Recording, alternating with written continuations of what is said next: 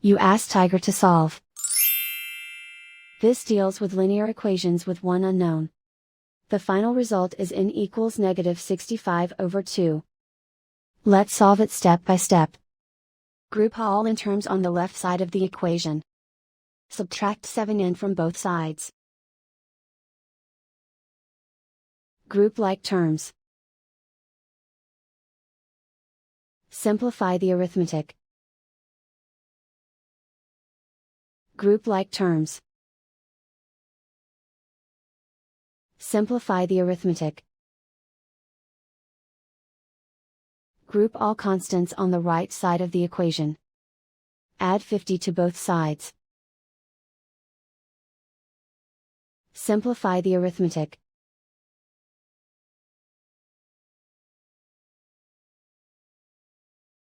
Isolate the n. Divide both sides by -4. Cancel out the negatives. Simplify the fraction. Move the negative sign from the denominator to the numerator. Find the greatest common factor of the numerator and denominator. Factor out and cancel the greatest common factor.